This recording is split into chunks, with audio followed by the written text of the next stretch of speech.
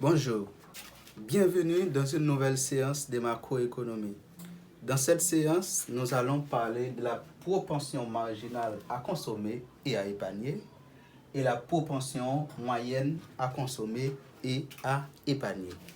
Si vous avez raté la vidéo avant qui te parlait de la fonction de consommation de la fonction de l'épargne, nous invité à cliquer en référencement ou dans la description de la vidéo ça, pour être capable de visualiser cette vidéo ça. Et si vous pouvez abonner à la chaîne là, je vous invite à faire ça. Maintenant, nous allons parler de la propension marginale à consommer et à épargner. Maintenant, la propension marginale à consommer, c'est la fraction de la variation du revenu disponible. Donc, on a vu déjà le revenu disponible dans la séance précédente. Le revenu disponible, c'est le revenu total des ménages moins taxes. Et la théorie de la consommation de Keynes a dit qu'il existe une relation directe entre le revenu et la consommation. Et plus précisément, Keynes a dit que lorsque le revenu de ménage augmente, sa consommation augmente aussi, mais d'une quantité non proportionnelle à l'augmentation du revenu. Maintenant, là, on parle de propension marginale à consommer. Nous voulons parler de une fraction de variation revenu qui est disponible pour consommer, qui est destinée plutôt à l'achat des biens et services de consommation. Un pour exemple très simple pour nous capable expliquer ça nous veut dire voilà. Supposons que nous avons un individu qui a un revenu qui est égal à 15 000 gouttes. Un revenu de 15 000 gouttes et le revenu va augmenter, ça c'est le revenu 1. Après une augmentation, le revenu passe à 20 000 gouttes. Si le revenu passe à 20 000 gouttes, si on fait la différence entre la variation des revenus, ça permet de nous joindre 5 000 gouttes. Donc l'augmentation du revenu est égale à 5 000 gouttes. Quand nous parlons de la propension marginale à consommer, c'est une fraction dans variation revenu qui est destinée à l'achat des biens et services de consommation. On a regardé ça pour nous, variation revenu, mais la variation du revenu. Maintenant, si par exemple que dans 5 000 gouttes d'augmentation, ça un ménage ça gagne qui augmente dans le revenu là, comme dit Keynes, doit gagner une augmentation au niveau de la consommation parce que si le revenu augmente, la consommation va augmenter. Mais ça ne veut pas dire pour autant c'est une augmentation qui est proportionnelle par rapport avec le revenu. Ça ne veut pas dire ménage va dépenser 5 000 gouttes parce qu'il y a 5 000 gouttes qui augmentent dans le revenu.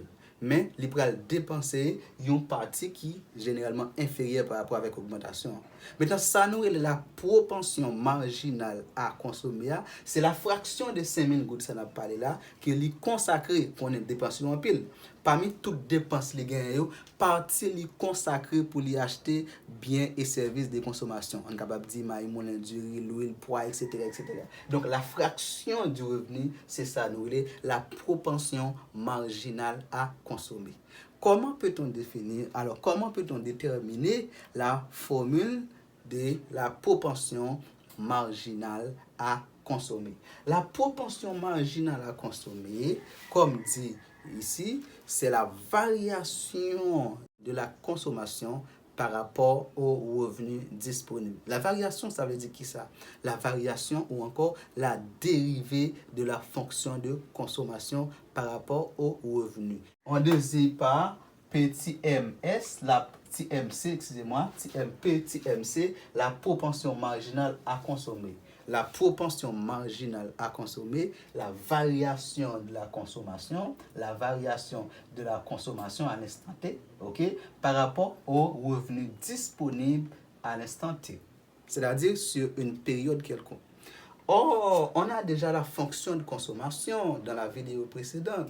On a vu que la fonction de consommation est égale à C0 plus petit c, y, d à l'instant t. Donc ça, c'est la fonction de consommation. Donc on dit ici, puisque c'est la variation, on dit que c'est la variation ou encore la dérivée de la fonction de consommation par rapport au revenu. Donc ça dit que la dérivée fonction de consommation par rapport avec une variable, nous les revenus disponibles. faut que nous précisions pour nous tout, il y a différents autres facteurs qui sont capables d'influencer la consommation de ménage. Mais le revenu disponible, c'est le principal facteur qui a plus influence sur la consommation ménage. Donc là, nous allons dériver, ici on peut mettre ça, la dérivée de la fonction de consommation par rapport au revenu. La dérivée de la fonction de consommation par rapport au revenu, cela nous donne quoi? Maintenant, nous allons dériver fonction ça. Comment nous allons dériver? Maintenant, C0, la consommation autonome, ça c'est une constante. Cela veut dire que le revenu disponible est la seule variable qui est dans la fonction. M'a dérivé fonction ça, m'a prêté la pente de la fonction. Donc ça c'est une constante, c'est comme si que moi ça c'est une fonction affine, moi j'ai une pente là qui vient représenter dérivée. On dit que la propension marginale à consommer est égale à petit c. D'où ce petit c là, nous avons gagné dans la formule là, petit c représente la propension marginale à consommer. On peut dire aussi, petit c, la propension marginale à consommer, c'est la pente de la fonction de consommation. OK? Donc, si on a une fonction de consommation, ou besoin de déterminer la propension marginale à consommer, on va tout simplement choisir la pente de la fonction. C'est très simple. OK? Maintenant, ici, on continue. Ici, là, on a la propension marginale à consommer. Maintenant, comment peut-on déterminer maintenant la propension marginale à épargner? Donc, la propension marginale à épargner, c'est la fraction de la variation du revenu disponible qui est destinée à l'épargne. Par exemple, je vais retourner dans le même exemple, ça me prend ensemble avec nous là toujours. Comme au ménage a gagné deux bagages pour le faire avec revenu, dépenser et épargner. Ça pas dépenser à qu'on a épargné. OK? Maintenant si li nan revenu ça la bien deux bagages pour le faire là-dedans. Alors non variation ça ou bien augmentation de revenu ça le gain, la bien deux bagages pour le faire là-dedans. Soit les consommer ou bien soit les épargner. Fraction d'augmentation destinée pour les acheter biens et services de consommation, ça relève la propension marginale à consommer, mais fraction d'augmentation, on ne dit pas dépenser la série là. Donc ça relève la propension marginale à épargner. Maintenant, comment peut-on déterminer la propension marginale à épargner? On désire par PMS, la propension marginale à épargner. La propension marginale à épargner, c'est la variation de la fonction de l'épargne par rapport au revenu disponible. Or, la fonction de l'épargne est égale à qui ça? Est-ce que nous rappelons une fonction d'épargne est égale à qui ça? La fonction de l'épargne est égale à moins C0, nous avons gagné plus 1 moins C, ok, par YD. Ça, c'est la fonction de l'épargne qui nous a définie dans la vidéo avant. La fonction de l'épargne, la variation de la fonction de l'épargne, comme si on est capable de dire là, on dit c'est la dérivée de la fonction de l'épargne, ça c'est la fonction de l'épargne, ok? La dérivée de la fonction de l'épargne par rapport au revenu disponible, dérivée du revenu disponible à l'instant T. Pendant une période donnée, lorsque je mettais T, moi je voulais parler de la propension. Moi, je voulais parler des revenus disponibles pendant une période donnée, de même que la consommation pendant une période donnée. Maintenant, nous allons dériver la fonction de l'épargne.